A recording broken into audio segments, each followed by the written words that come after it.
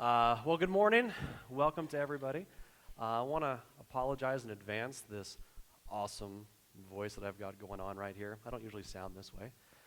Somebody didn't plan this very well. I got over a head cold this week, was out late Friday, also spent time with about 85,000 of my closest personal friends yesterday, and was up late last night. And so if I get a little scratchy, got some coffee with me.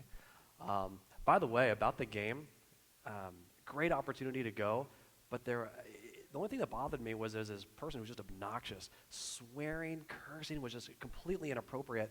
But once Holly settled down, I knew we were going to be okay. It was either that or her mom, I'm not sure. But that's another sermon for another time. Also, having the coffee here makes a lot of sense to me. Tomorrow's Labor Day. How many people are excited about that? Just show of hands, round of applause, something, yeah. You are so going to be disappointed in about 45 seconds because you've probably spent the past 24 hours not thinking about work, and you plan to spend the next 48 hours not thinking about work. So what am I going to talk about this morning? Any guesses? Work, yeah. Here we go. It's going to be good, though, I promise you. Just don't leave too early. A couple things about work. Did you know that work or toil, it's kind of a fancy word for work, is mentioned over 700 times in the Bible? It's a lot. That's a lot to talk about work. I mean, God's not opposed to work. He gets it. He thinks it's important. In fact, he so supports it that he did it himself. He created the planet in 6 days. On the seventh day he rested, which, contrary to some of the information Craig put in his column this morning, really was the first Labor Day holiday. It was the first Labor Day holiday. You see, it's funny because he worked for 6 days and then took a long weekend. Gosh, the 9 o'clock crowd was a lot faster on that one. This does not bode well for the next 20 minutes or so. But you know, many of God's most faithful followers were very hard workers. They were shepherds. They were fishermen. They worked in the synagogues. They were tax collectors. They lived their lives and they worked because they had to sustain their life. They had to put food on the table and a roof over their heads. Jesus even talked about work in his parables. Of the 46 different parables that he told, 19 of them, or about 40%, are about work or wages. So again, God gets it. He's all about work. In fact, God is so in tune to work that he actually had one of the books of the Bible titled Job. For those who didn't get the first time, Job. Look it up in the Old Testament. I know it's pronounced Job. I had to give it a shot. Apparently Comedy Sunday is later this year. I'm just warming you up for the real thing. But all joking aside, God is interested in work. But if he is so interested, why does it become a 4-letter word for so many of us? I mean, we wake up each day, it's like, oh, it's a Monday. I hate Mondays. Oh, Tuesday. I can't get through this Tuesday. I barely got through Monday. I really like Thursdays myself because you're past the early part of the week and the weekend is right on the horizon. But either way, generally speaking, we don't really like our work. And this isn't just me talking about this. The Bureau of Labor and Statistics, hopefully this is the only dry part, the Bureau of Labor and Statistics actually said in 2011, only 4 out of 10 people said that they were very satisfied in the workplace. It's 4 out of 10. That's not a whole lot of people who are satisfied. Now, there are a lot of reasons why that is, and I'm not going to go into a lot of those this morning, but there are very few of us who are that excited to roll out of the sack each morning and punch in. Now, whether you're one of those 4 out of 10 or not, I want to share something with you this morning. God has not just called you to be a customer service rep or a doctor or a teacher, stay-at-home mom or stay-at-home dad, office worker, welder, whatever it may be. You're not just called for that. God actually calls us to work for our supervisors and our organizations here, but also to work for him and his organization. As Kim read a moment ago, Paul wrote to the church in Colossae, whatever you do, work at it with all your heart as working for the Lord, not for human masters. God challenges us to change our perspective and not just work as though we are working for, insert your company here, but as though we're working for him. We need to take steps and perform tasks as though God has personally and specifically asked us to do it. Because you know what? He has. Whether you know that or not, he has specifically asked you and called you to do whatever it is you're doing right now. Because either what you're doing right now is for him, or it's building up to something else for him. Now think about your office or workplace for a minute. I know that some of you, again, work in offices, warehouse, maybe a shop of some kind. Do you have a boss who maybe walks around with a cup of coffee and kind of walks around, so how's it going? What are you doing? Kind of looks over your shoulder. Are you doing everything right? You know, those kinds of bosses are a little frustrating. But take that image of your boss and now replace it with the image of God. So instead of your supervisor walking around, looking over your shoulder, now it's God who's watching you to check to see, okay, are you doing it right? Are you doing what I've asked you to do? I like to picture it this way. I figure God's walking around the office place, maybe the cubicle farm, got a cup of coffee, one much nicer than this. I think he's wearing kind of a crisp shirt, probably jeans. That's just how I picture God in jeans. And for some reason, I picture God in a bow tie. Am I the only one who sees this? I mean, bow tie or suspenders. I don't see both for some reason, but at least a bow tie I see. But I see him walking around. Good morning, he says as he walks by. I also feel like he'd be the kind of guy to say, oh, what a beautiful day. You know, what do you say we rejoice and be glad in it? Something like that. I think he would say that. Again, his coffee cup would probably have one of those clever sayings on it. Something like, you know, hey, I could do more in 6 days than you can do in 7. Work for me, the retirement benefits are great. If you're so smart, you make a platypus. Yeah, I like that one too. I really do. TMIF, thank me, it's Friday. I think, thank you, you're very kind. No, I think he would carry something like that. But at the end of the day, when we put God in that role, you know, it kind of changes our perspective a little bit as to how we function in the workplace. Now, I know it's a little early to talk about Christmas. I don't know how many shopping days there are. But for those of you who know me, you know that I can talk about Christmas any time of the year. I mean, when you're named Nick, your wife's name is Holly, you just kind of get used to it. So, for those of you, we've all seen the movie A Christmas Carol. We've read the book by Charles Dickens. And in the story, we see that Jacob Marley comes and he's here to warn his friend Scrooge that if he doesn't change his ways and place his focus on the well-being of others instead of their pocketbooks, he's going to suffer the same fate as what Jacob is, lugging around heavy, cumbersome chains for all of eternity. And Scrooge is really confused by this conversation. And he says to Jacob, but you were always a good man of business, Jacob. And the ghost replied, business? Mankind was my business. Charity, mercy, forbearance, benevolence were all my business. The deals of my trade were but a drop of water in the comprehensive ocean of my business. Now, Marley understood, of course a little too late, but he understood that it was not his job, not his business, to count cold hard coins or collect those coins from people who barely had 2 of them to scratch together. He recognized it was his business to take care of others, to give to those in need, providing his time, his talents, and his treasure to make his community a better place. And while the story doesn't explicitly say this, I would contend that he's also suggesting that we are here to serve God through serving others. Now, if the story were written in 21st century America, it might go something like this. But Jake, that's what Scrooge would say, Jake, you know, you always knew what to do in business and at work. You made great decisions, and you focused on making margin and profit in every transaction. You did whatever it took to get ahead, and you did. Business. Listen up, Eb. All that corporate climbing, pushing people aside, and ignoring everything and everyone else so I could be number one, that shouldn't have been how I spent my time. Helping others was my business, my true work, giving my time, attention, hope, and love to those who had none. Sharing these same gifts in simple but practical ways, that's what my business should have been. All the long hours, grueling negotiations, and climbing my way up the corporate ladder was nothing more than a drop in the ocean of my true business.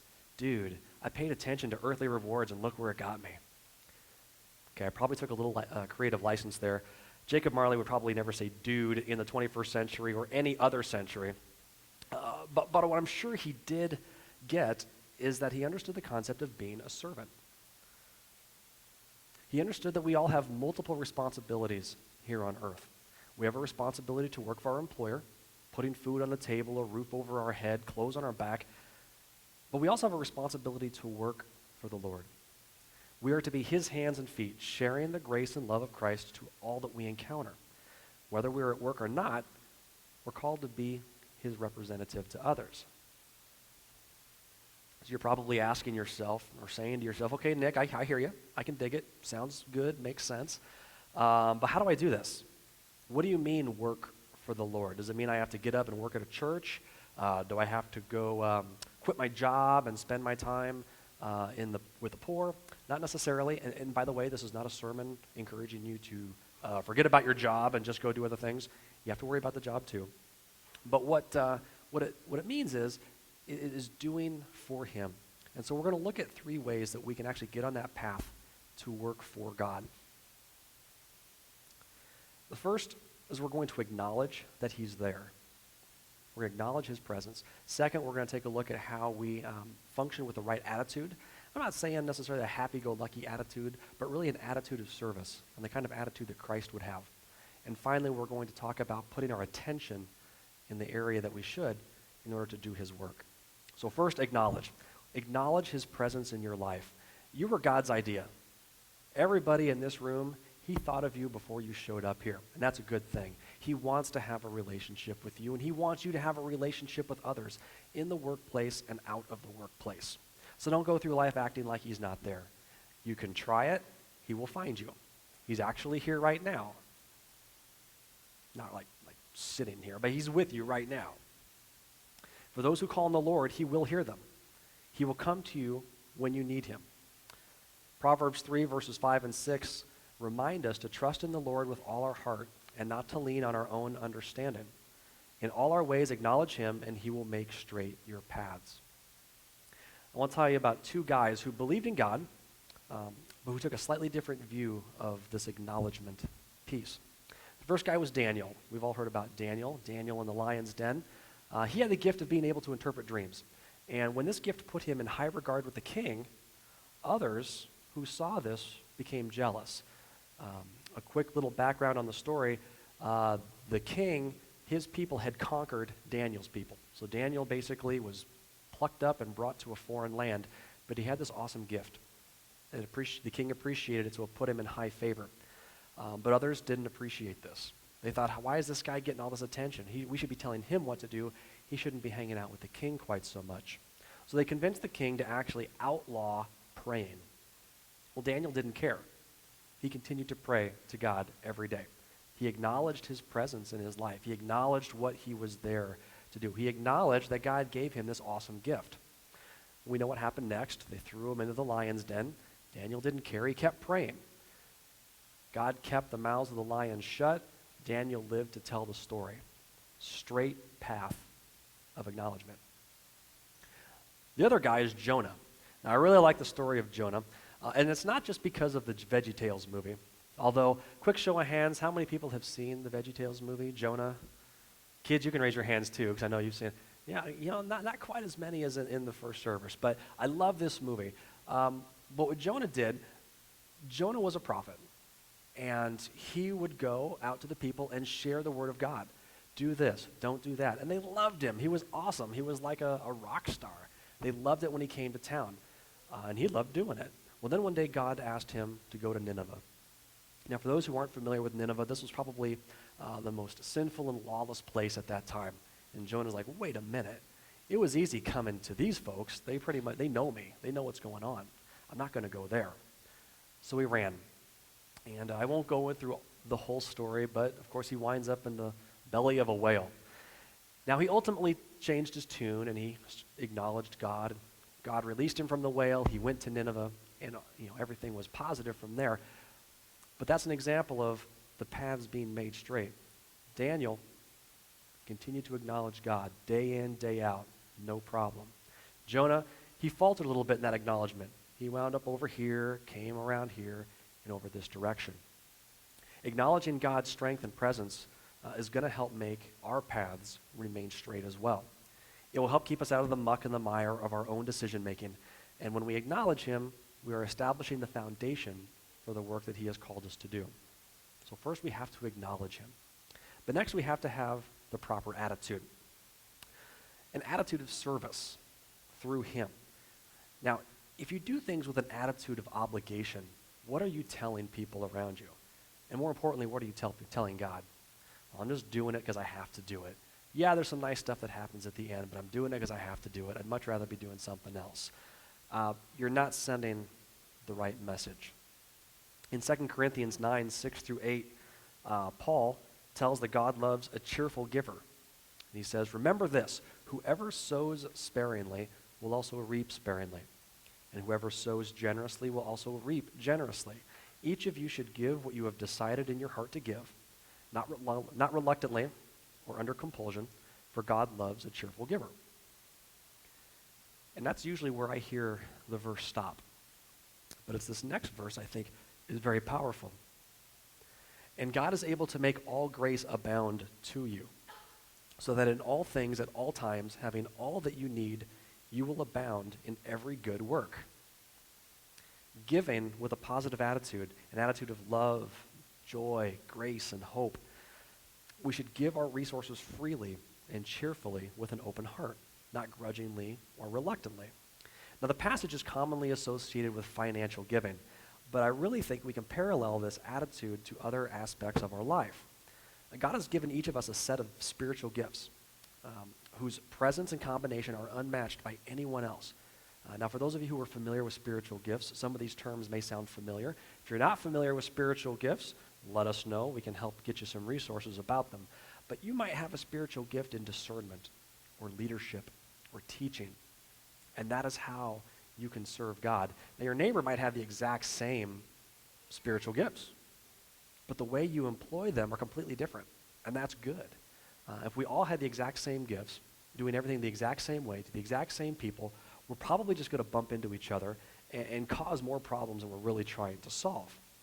These spiritual gifts are more like fingerprints, and they help identify us to God. He gave them to us, and he expects us to use them for his glory.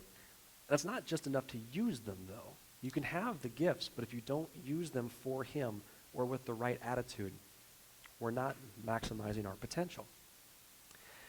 In Philippians chapter 2, verses 5 through 8, it's put this way. In your relationships with one another, have the same mindset or attitude as Christ Jesus, who, being in very nature God, did not consider equality with God something to be used to his own advantage. Rather, he made himself nothing by taking the very nature of a servant, being made in human likeness, and being found in appearance as a man, he humbled himself by becoming obedient to death, even death on a cross. Now, what Paul is saying here is that we need to take on an attitude of service to others. Jesus did it, and he was the one person in history who didn't have to. He was perfect. He was the Son of God, and he came here, and he had every right to have people do everything for him because, when you're perfect, you can't do anything wrong. But he didn't. He did the opposite. He took on that sense of service, and he served others. In his letter to the Ephesians, Paul also is talking to slaves and how they should work for their master. Obey them in Ephesians 6:6. Obey them not only to win their favor when their eye is on you, but as slaves of Christ, doing the will of God from your heart. So it's not just doing things when we know people are watching us. It's when we're all alone, we're doing the right thing with the attitude of Christ. That's what he's saying here. He encourages us to work, doing the will of God that is in our heart. Now, in his gospel, Mark also references Christ's reflection of service. Mark 10:45 says, "For even the Son of Man did not come to be served, but to serve, and to give his life as a ransom for many." That was one of Jesus' jobs. That was his work here on earth, was to give his life as a ransom for many. Using the specific spiritual gifts given to him by his Father, he was able to complete the task he was given. Now, God is pleading with you as well to use your God-ordained, God-inspired, and God-given gifts. When we live our lives with an attitude of service and reach out to others, serving them as Christ served them with that attitude, then we're really doing the work he's planned for us. So, we've acknowledged his presence. Got to do that first, because if you don't acknowledge him, the rest of it just doesn't happen. Got to have the right attitude. So we know he's there. We have the attitude of Christ, attitude of service. Okay, let's go. What's the third thing? We need to pay attention. Now, pay attention are two words that I have heard a lot in my life. And I think if all of us are honest, we've all heard them a lot too, whether it be from teachers, from our parents, from coaches, maybe even our boss on occasion. And for guys, I'm just going to be straight with you. We've heard it from our wives on more than one occasion. I heard it a few times this morning. I'm glad that I hear it because it keeps me out of trouble. And I heard this a lot, as I said, growing up. It's not because I was a bad kid or was told I had to straighten up. Although, in the interest of transparency and full disclosure, I will say that pay attention was something my parents said a lot. Now, I contend that they were speaking to my brother. He is of the opinion they were speaking to me. Since he's not here, I think I know what the answer is. But anyway, my parents used this phrase for two reasons. Number one, they were trying to get me to listen to what they were telling me. They had something important to say. Whatever it was going to save me time or energy or keep me out of trouble. They wanted to make sure I didn't miss anything. God is constantly saying, pay attention, listen to me. I know what I'm doing. I've done it before. He doesn't always do it with the waving arms and the loud shouts. He'll oftentimes do it in the quiet moments with a whisper. If we don't listen, if we don't hear the important things he has to say, we're not going to be able to understand what our gifts are. And if we don't understand what our gifts are, we're not going to be able to do what he has called us to do and to do those works. Now, the second reason my parents would say pay attention is that they knew that my words and my actions were a reflection not only of me, but of them and our collective family values. When I left the house, I was a walking, talking billboard of my parents and of my family. My words and behavior told a story about me and those who I were affiliated with. Now, it makes perfect sense that if my parents overheard me being disrespectful or they saw me acting recklessly, you can bet they're going to step in and they're going to do something about it. So I did my best to pay attention to what they were trying to teach me so that I could continue to accurately reflect who I am and who our family really is. A parallel comes to us here as well. When we're out in the community, when we say we're a Christian, what does that mean? Are our words and our behavior telling the right story to those around us? Are we paying attention to what God has asked us to do? When we pay attention, we place our focus on him and view our words and actions through the lens of God. And this allows us to better view the role he has for us here on earth. When we can more clearly see what he has called us to do, we can better accomplish the task. We don't always know what the plans are that God has in store.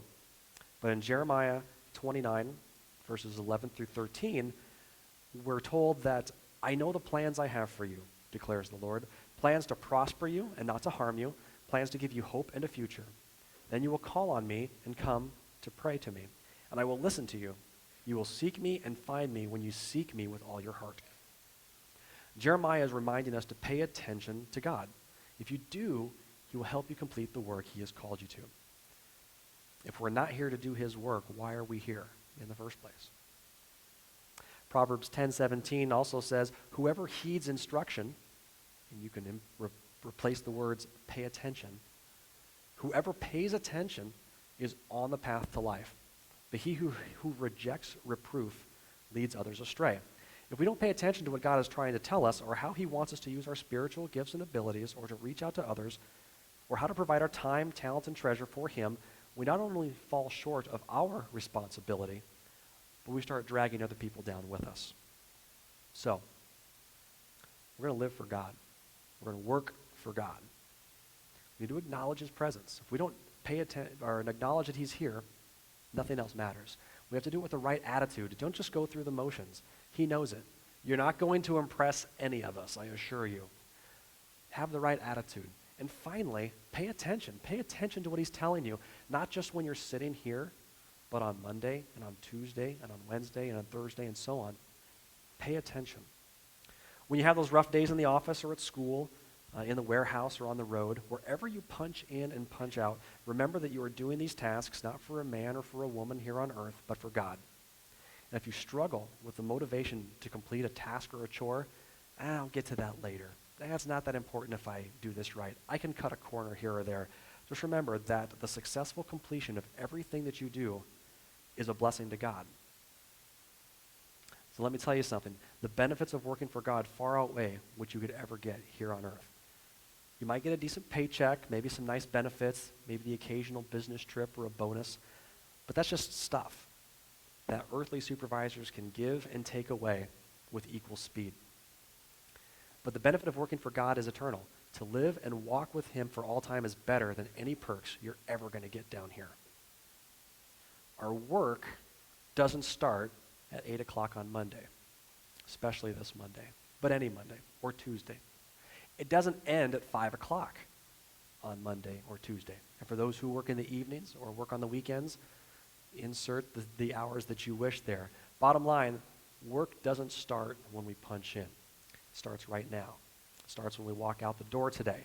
It starts when we are freely and cheerfully giving our time and our talent and our financial resources as we walk as examples of Christ's love. And our work only ends when we end, literally. When our time on earth is over, only then will our work down here be done. So acknowledge his presence. Use the right attitude. Place your attention on what he has called you to do. That is how you work for the Lord. That is how you differentiate yourself from those whose sole focus is on human tasks on earth.